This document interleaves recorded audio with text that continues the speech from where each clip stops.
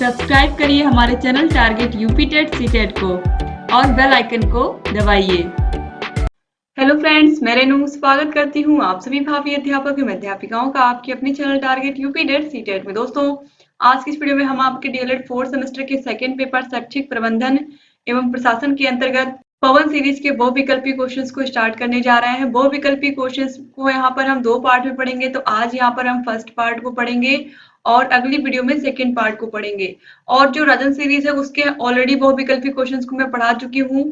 उसमें मैंने आप लोगों को 3 पार्ट में पढ़ाया है, तो वहां पर भी जाकर के आप उनको भी पढ़ लीजिए। फर्स्ट पेपर के पवन राजन सीरीज ऑलरेडी मैं पढ़ा चुकी हूँ, साइंस के भी पढ़ा चुकी हूँ। तो आप उन सभी के बहुविकल्पी क्वेश्चंस को रिवाइज करके ही जाइएगा एग्जाम देने, क्योंकि अगर आप लोग अच्छे से रिवाइज करके जाएंगे, सभी के सभी चैप्टर्स को अच्छे से पढ़ के जाएंगे, यानी कि जो भी वीडियोस मैंने बनाई है सभी को देख करके जाएंगे, तो एग्जाम में बहुत अच्छा स्कोर करेंगे।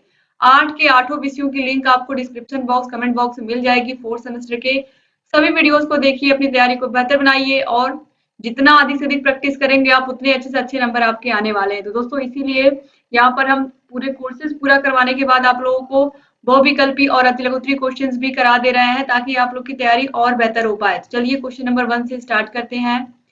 क्वेश्चन नंबर 1 है, विद्यालय प्रबंधन में मुख्य भूमिका किसकी होती है?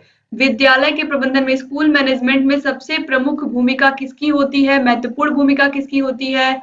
विद्यालय प्रबंधन का उत्तरदायित्व किसका होता है? जब भी इस तरीके का क्वेश्चन आएगा तो राइट आंसर होगा प्रधानाध्यापक। प्रधानाध्यापक याद रखिएगा, विद्यालय के प्रबंधन में, स्कूल मैनेजमेंट में सबसे ज्यादा महत्वपूर्ण भूमिका होती है प्रधानाध्यापक की। तो ऑप्शन आ जो है ये बिल्कुल सही हो जाएगा। इसके बाद क्वेश्चन नंबर 2 है, निम्नलिखित कथन किसका है? प्रबंधन एक सार्वभौमिक विज्ञान है जो वाणिज्य, उद्योग, राजनीति, धर्म या जन कल्याण सभी पर समान रूप से लागू होता है। टेलर का कथन है, हेनरी फेओस का, श्री केपी सयदेन का या जे पेने का? राइट आंसर दोस्तों यहाँ पर देखिए जे पेने, ऑप्शन द में दिया हुआ है जे पेने, और यहाँ पर देखिए राइट आंसर है ऑप्शन आ टेलर। यह कथन है टेलर का। क्वेश्चन नंबर 3 है, विद्यालय प्रबंधन का उत्तरदायित्व होता है। अभी मैंने आपको बताया कि विद्यालय प्रबंधन, स्कूल मैनेजमेंट में महत्वपूर्ण भूमिका किसकी होती है? तो किसकी होती है? प्रधानाध्यापक की। और इस क्वेश्चन में भी यही पूछा है कि विद्यालय प्रबंधन का उत्तरदायित्व किसका होता है? तो किसका होता है? प्रधानाध्यापक का। इसके बाद क्वेश्चन नंबर 4 है, प्रबंधन क्या है? एक कला है, व्यवसाय है, नियंत्रण है या सभी है? तो जिन भी प्रशिक्षुओं ने पूरा सेकंड पेपर अच्छे से पढ़ा है, मैंने पूरा पढ़ाया है आप लोगों को, प्रबंधन से लेकर के, स्कूल मैनेजमेंट से लेकर के, भौतिक संसाधन, मानवीय संसाधन, वित्तीय संसाधन क्या होते हैं, स्कूल में कौन कौन से अभिलेख होते हैं, सभी के बारे में विस्तार से आप लोगों ने पढ़ा है। जिन भी प्रशिक्षुओं ने क्लासेस अच्छे से ले ली, जिन भी प्रशिक्षुओं ने क्लासेस को अच्छे से लिया है और समझा है, उनके लिए ये सारे क्वेश्चन बहुत इजी होंगे। तो प्रबंधन एक कला है, तो ऑप्शन आ जो है ये बिल्कुल सही हो जाएगा। क्वेश्चन नंबर 5 है, प्रबंधन की मुख्य प्रक्रिया है नियोजन करना, व्यवस्था करना, प्रशासन करना या उपरोक्त सभी? तो दोस्तों, जो प्रबंधन की मुख्य प्रक्रिया होती है, प्रबंधन का मतलब होता है मैनेजमेंट करना, ठीक प्रकार से नियोजन करना, और नियोजन करना किसी चीज की व्यवस्था करना भी हम कह सकते हैं। और व्यवस्था में ही क्या आता है? प्रशासन आता है। प्रशासन में ही तो ये सारी चीजें होती है। स्कूल में अनुशासन कायम रहे, सभी कक्षाओं में जो भी बेल जिस टाइम पर चल रही है, जिस कक्षा में, उस टाइम पर वही पढ़ाई हो। और अगर किसी क्लास में कोई टीचर नहीं आए हैं तो व्यवस्था की जाए या नियोजन किया जाए कि अगर कोई टीचर पता है कि कल नहीं आने वाले हैं तो उनकी क्लास में हमें किसको भेजना है, किस टीचर को, इन सभी की व्यवस्था करना। तो प्रबंधन अगर देखा जाए, मैनेजमेंट जो होता है, इसमें नियोजन करना, व्यवस्था करना, प्रशासन करना, ये तीनों ही आ जाते हैं। तो इसीलिए ऑप्शन द जो है ये बिल्कुल राइट आंसर होगा। इसके बाद क्वेश्चन नंबर 6 है, खेल की आवश्यकता होती है मानसिक विकास हेतु, शारीरिक विकास हेतु, आ व दोनों, या किसी के लिए भी नहीं? दोस्तों, चाहे खेल हो या व्यायाम हो, दोनों ही हमारे मानसिक विकास और शारीरिक विकास दोनों के लिए जरूरी होते हैं। तो हम खेल को भी तरीके से कह सकते हैं कि सर्वांगीण विकास के लिए खेल भी बहुत आवश्यक होता है बच्चों के। तो मानसिक विकास और शारीरिक विकास दोनों ही होते हैं। तो ऑप्शन सा जो है आ व दोनों, ये राइट आंसर हो जाएगा। क्योंकि हम खेल खेलते हैं तो हमारी सोचने समझने की क्षमता भी विकसित होती है हमारी, और शारीरिक विकास तो होता ही है। तो खेल बहुत जरूरी है। क्वेश्चन नंबर 7 है, विद्यालय की बौद्धिक प्रयोगशाला है विज्ञान प्रयोगशाला, शिक्षण कक्ष, पुस्तकालय या म्यूजियम? तो विद्यालय की बौद्धिक प्रयोगशाला होती है पुस्तकालय, ऑप्शन सा जो है ये बिल्कुल सही हो जाएगा। क्वेश्चन नंबर 8 है, कुर्सी एवं मेज की स्थिति छात्रों के लिए होनी चाहिए। क्लास में जब बच्चे बैठते हैं तो यानी कि जो जो कुर्सी होती है वो क्या होती है, नीची होती है जिस पर वो बैठे होते हैं, और जिस पर वो लिखते हैं वो क्या होती है, वो बेंच या वो मेज ऊंची होती है। तो इस तरीके से यानी कि जहां पर कॉपी किताब होती है वहां पर ऊंची होती है, जिससे कि बच्चे आसानी से क्या करें, लिख पढ़ पाए। तो यहाँ पर आप देखिए ये ऊंची होती है, जो मेज होती है वो ऊंची होती है, और बैठने वाला जो कुर्सी होती है वो नीची होती है। तो ऊंचे से हम जाते हैं नीचे की तरफ, यानी कि ये ऋणात्मक स्थिति होती है। तो ऑप्शन सा जो है ये बिल्कुल सही हो जाएगा। क्वेश्चन नंबर 9 है, मानवीय संसाधनों का उपयोग आवश्यक है। उत्तम शिक्षा के लिए, सरल शिक्षा के लिए, कठिन शिक्षा के लिए या उपयुक्त सभी। तो मानवीय संसाधनों का जो उपयोग है यह उत्तम शिक्षा के लिए आवश्यक है। और मानवीय संसाधन कौन कौन से होते हैं आपको मैंने बताया है, शिक्षक, छात्र और समुदाय। और शिक्षक में ही प्रधानाध्यापक और सभी शिक्षक आ जाते हैं। याद रखिएगा। तो मानवीय संसाधन कितने प्रकार के होते हैं, अगर एग्जाम में आएगा तो आपको याद रखना है 3 प्रकार के, शिक्षक, छात्र और समुदाय। क्वेश्चन नंबर 10 है, ग्राम सभा का अध्यक्ष कौन होता है, प्रधानाध्यापक, प्रबंधक, प्रधान या ये सभी। तो ग्राम सभा का अध्यक्ष कौन होगा, ग्राम प्रधान ही तो होंगे। ऑप्शन सा जो है बिल्कुल सही हो जाएगा। क्वेश्चन नंबर 11 है, कल के विश्व को कौन चलाता है, शिक्षक, प्रधानाचार्य, विद्यार्थी या विद्यालय प्रबंधक। तो कल के विश्व को कौन चलाता है, एक शिक्षक चलाता है। शिक्षक ही आगे का भविष्य तय करता है किसी भी देश के। इसके बाद क्वेश्चन नंबर 12 है, विद्यालय में मानवीय संसाधन कौन कौन से हैं। अभी मैंने आपको बताया शिक्षक, छात्र और समुदाय। तो ये तीनों ही सही है, तो ऑप्शन द उपरोक्त सभी राइट आंसर हो जाएगा। क्वेश्चन नंबर 13 है, प्रधानाध्यापक में निम्नलिखित में से कौन कौन से गुणों का होना आवश्यक होता है। तो जो एक प्रधानाध्यापक होता है वो सुगमकर्ता होना चाहिए, प्रेरणादायक होना चाहिए, नेतृत्व की क्षमता होनी चाहिए उसके अंदर यानी कि वो एक सरल इंसान होना चाहिए, कोई भी अपनी बातों को आसानी से उससे कह पाए, और वह ऐसा व्यक्ति होना चाहिए जो दूसरों के लिए प्रेरणादायक हो। इसके अलावा उसके अंदर नेतृत्व की क्षमता हो, एक नेता का गुण हो, और सबको लेकर के चलने की क्षमता हो, तभी एक प्रधानाध्यापक कहलाता है। तो ऑप्शन द जो है उपरोक्त सभी ये राइट आंसर हो जाएगा। क्वेश्चन नंबर 14 है, शिक्षक के विषय में किसने कहा है कि समाज में अध्यापक का स्थान अत्यंत महत्वपूर्ण है, वह एक पीढ़ी से दूसरी पीढ़ी को बौद्धिक परंपराएं और तकनीकी कौशल पहुंचाने का केंद्र है, और सभ्यता के प्रकाश को प्रज्वलित रखने में सहायता देता है। यह कथन किसका है, श्री रविंद्रनाथ टैगोर जी का, महात्मा गांधी का, डॉक्टर सर्वपल्ली राधाकृष्णन जी का, या फिर श्री अरविंद का। राइट आंसर है डॉक्टर सर्वपल्ली राधाकृष्णन जी का ये कथन है। क्वेश्चन नंबर 15 है, वित्तीय प्रबंधन के साधन है। वित्तीय मतलब धन का जो प्रबंधन है उसके कौन कौन से साधन है, विद्यालय अनुदान से भी पैसे आते हैं, TLM ग्रांट आता है, सभी टीचर्स के लिए, जितने भी स्कूल में टीचर होते हैं सभी को मिलता है, समुदाय से प्राप्त धन यानी कि आसपास के लोग जो सहयोग करना चाहते हैं, विद्यालय को धन देना चाहते हैं, विद्यालय की मदद करना चाहते हैं फर्नीचर में या पंखे किसी प्रकार से। इसके बाद यहाँ पर दिया है उपयुक्त सभी। तो राइट आंसर दोस्तों यहाँ पर है ऑप्शन द उपरोक्त सभी। तो ये सभी विद्यालय वित्तीय प्रबंधन के क्या है, साधन है। क्वेश्चन नंबर 16 है, विद्यालय अनुदान कहाँ से मिलता है। तो विद्यालय अनुदान हमें कहाँ से मिलता है, राज्य सरकार से, समुदाय से, ग्राम पंचायत से या जन प्रतिनिधियों से। तो स्कूल ग्रांट जो होती है ये हमें मिलती है राज्य सरकार से यानी कि स्टेट गवर्नमेंट से। क्वेश्चन नंबर 17 है, पुस्तकालय विद्यालय का क्या होता है, नाड़ी, हृदय, लीवर या मस्तिष्क।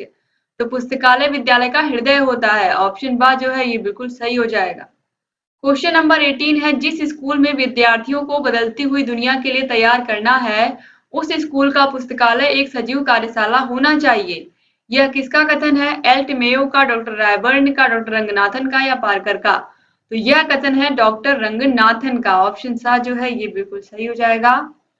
क्वेश्चन नंबर 19 है, पाठ्य सहगामी क्रियाओं को कहा जाता है, पाठ्येतर प्रवृत्तियां, कक्षीय प्रवृत्तियां, पाठ्य सहगामी प्रवृत्तियां या ये सभी।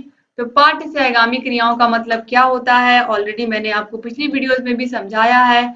पाठ्य सहगामी यानी कि पढ़ाई के साथ साथ बच्चे और क्या क्या कर लेते हैं, या बच्चों को हम और क्या क्या करा सकते हैं। बच्चों को खेल खिला सकते हैं, बच्चों को और भी प्रतियोगिताओं में पार्टिसिपेट करने के लिए प्रोत्साहित कर सकते हैं, चाहे नृत्य प्रतियोगिता हो, इसके अलावा वाद विवाद प्रतियोगिता हो, खेल में किसी प्रकार से भी अगर हम बच्चों को आगे निकाल रहे हैं पढ़ाई के साथ साथ, तो ये सभी पाठ्य सहगामी क्रियाएं होती हैं।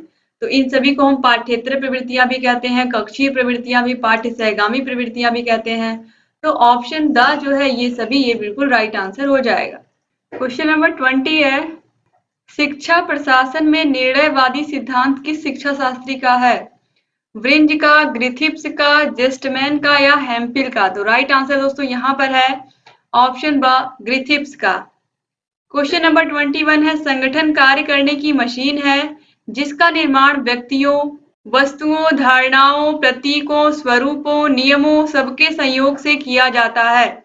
यह कथन किसका है? जेवी सीयर्स का, कैम्बेल का, पार्क का या मार्क्स का? तो राइट आंसर दोस्तों है जेवी सीयर्स का। ऑप्शन आ जो है ये बिल्कुल सही हो जाएगा। क्वेश्चन नंबर 22 है, इतिहास का वास्तविक निर्माता अध्यापक होता है, यह किसका कथन है? डॉक्टर राधाकृष्णन का, एच जी वेल्स का, हुमायूं कबीर का या फिर गॉडफॉर्थ का? तो राइट आंसर है एच जी वेल्स का यह कथन है। क्वेश्चन नंबर 23 है, मीना मंच का प्रमुख उद्देश्य है प्रौढ़ शिक्षा का विकास, बालिकाओं की शिक्षा का विकास, महिलाओं की शिक्षा का विकास या उपयुक्त सभी? तो मीना मंच का जो प्रमुख उद्देश्य है वो है बालिकाओं की शिक्षा का विकास। दोस्तों याद रखिएगा कि जो मीना मंच है इसका मुख्य उद्देश्य बालिकाओं की शिक्षा, स्वास्थ्य, साफ सफाई से है, तो याद रखिएगा आप लोग। क्वेश्चन नंबर 24 है, शिक्षक की भूमिका होती है एक मित्र की, एक निर्देशक की, आ वा बा दोनों या इनमें से कोई नहीं? दोस्तों शिक्षक की भूमिका एक मित्र की भी होती है और एक निर्देशक की भी होती है, तो ऑप्शन सा जो है आ वा बा दोनों, ये बिल्कुल राइट आंसर होगा। क्वेश्चन नंबर 25 है, पाठ्य सहगामी क्रियाएं छात्रों के स्वास्थ्य के लिए सशक्त चिकित्सा है, खेल चिकित्सा, योग चिकित्सा, समूह चिकित्सा या उपरोक्त सभी? तो राइट आंसर यहाँ पर हो जाएगा ऑप्शन द, उपरोक्त सभी। क्वेश्चन नंबर 26 है, बादल फटने का क्या अर्थ है? अचानक भारी वर्षा होना, ओले पड़ना, बर्फ का पिघलना या हल्की बौछारें आना? तो बादल फटने का अर्थ होता है अचानक से बहुत ज्यादा बारिश हो जाना कहीं पर। ऑप्शन आ बिल्कुल सही हो जाएगा। क्वेश्चन नंबर 27 है, राज्य शैक्षिक अनुसंधान और प्रशिक्षण परिषद की स्थापना कब हुई थी? एससीईआरटी की स्थापना कब हुई थी? तो एनसीईआरटी की स्थापना हुई थी 1961 में और उसके ठीक 20 साल बाद 1981 में एससीईआरटी की स्थापना हुई। तो याद रखिएगा यहाँ पर देखिए 1981 बिल्कुल राइट आंसर होगा ऑप्शन बा। क्वेश्चन नंबर 28 है, भारत की प्रथम मनोविज्ञानशाला कहाँ स्थित है? चेन्नई में, इलाहाबाद में, लखनऊ में या दिल्ली में? तो भारत की प्रथम मनोविज्ञानशाला इलाहाबाद यानी कि अब प्रयागराज में स्थित है, क्योंकि इलाहाबाद का नाम क्या हो गया? प्रयागराज हो गया, तो याद रखिएगा। क्वेश्चन नंबर 29 है, राष्ट्रीय शैक्षिक योजना एवं प्रशासन विद्यालय या विश्वविद्यालय की स्थापना कब हुई थी? दोस्तों राष्ट्रीय शैक्षिक योजना एवं प्रशासन विश्वविद्यालय न्यूपा की स्थापना हुई थी 1962 में, तो ऑप्शन आ जो है बिल्कुल सही हो जाएगा। क्वेश्चन नंबर 30 है, न्यूपा परिषद का अध्यक्ष कौन होता है? तो दोस्तों याद रखिएगा न्यूपा परिषद यहाँ पर कहा है, न्यूपा विश्वविद्यालय की बात नहीं की गई है। तो देखिए राष्ट्रपति, प्रधानमंत्री, मानव संसाधन विकास मंत्री या कुलपति? तो राइट आंसर है मानव संसाधन विकास मंत्री। क्वेश्चन नंबर 31 है, एनसीईआरटी का गठन किस वर्ष हुआ? तो एनसीईआरटी का गठन अभी मैंने आपको बताया है 1961 में और एससीईआरटी का 1981 में। तो एनसीईआरटी पूछा है तो 1961, ऑप्शन बा जो है ये बिल्कुल सही हो जाएगा। इसका फुल फॉर्म क्या है? राष्ट्रीय शैक्षिक अनुसंधान एवं प्रशिक्षण परिषद। क्वेश्चन नंबर 32 है, इंदिरा गांधी राष्ट्रीय मुक्त विद्यालय यानी कि इग्नू कहाँ स्थित है? मुंबई में, अहमदाबाद, हरियाणा या नई दिल्ली में? तो राइट आंसर है नई दिल्ली में। क्वेश्चन नंबर 33 है, शैक्षिक अनुसंधान एवं प्रशिक्षण परिषद का प्रधान कार्यालय कहाँ है? तो यहाँ पर राष्ट्रीय छूट गया है।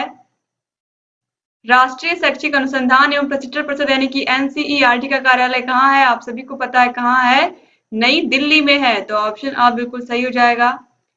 क्वेश्चन नंबर 34 है, मानवीय प्रबंधन के घटक हैं। स्कूल मैनेजमेंट में आपको पता है भौतिक प्रबंधन, इसके अलावा मानवीय प्रबंधन और वित्तीय प्रबंधन, ये तीन प्रमुख पार्ट होते हैं। और मानवीय प्रबंधन के अंतर्गत कौन कौन आता है? शिक्षक, बच्चे और समुदाय। बाकी विद्यालय, भवन, फर्नीचर और पुस्तकालय ये भौतिक संसाधन के अंतर्गत आते हैं। तो ऑप्शन द जो है शिक्षक, बच्चे और समुदाय ये राइट आंसर हो जाएगा। क्वेश्चन नंबर 35 है, विद्यालय में भवन, फर्नीचर, पेयजल एवं शौचालय आदि की व्यवस्था की जा सकती है ग्राम शिक्षा समिति द्वारा, अभिभावक शिक्षक संघ द्वारा, समुदाय द्वारा या उपयुक्त तीनों के सहयोग द्वारा। तो विद्यालय में भवन, फर्नीचर, पेयजल एवं शौचालय की व्यवस्था इन सभी के सहयोग से हम कर सकते हैं। तो ऑप्शन द जो है ये बिल्कुल सही हो जाएगा। आप देखिए 2016 में ये सारे क्वेश्चन पूछे हुए हैं। क्वेश्चन नंबर 36 है, एनसीईआरटी का गठन या एनसीईआरटी कहाँ स्थित है? तो एनसीईआरटी आपको पता है नई दिल्ली में इसका कार्यालय स्थित है। राष्ट्रीय शैक्षिक अनुसंधान एवं प्रशिक्षण परिषद इसका पूरा नाम है। क्वेश्चन नंबर 37 है, ग्राम शिक्षा समिति के गठन के लिए आवश्यक है।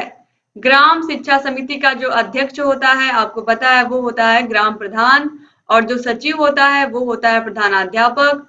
और इसमें टोटल होते हैं 5 सदस्य, 5 जो 3 सदस्य होते हैं वो होते हैं अभिभावक, और 2 सदस्यों में प्रधानाध्यापक और ग्राम प्रधान। इन 3 अभिभावकों में एक महिला अभिभावक का होना बहुत आवश्यक है। तो यहाँ पर यही पूछा ही है, एक महिला का होना, यानी कि एक महिला का होना अत्यंत आवश्यक है।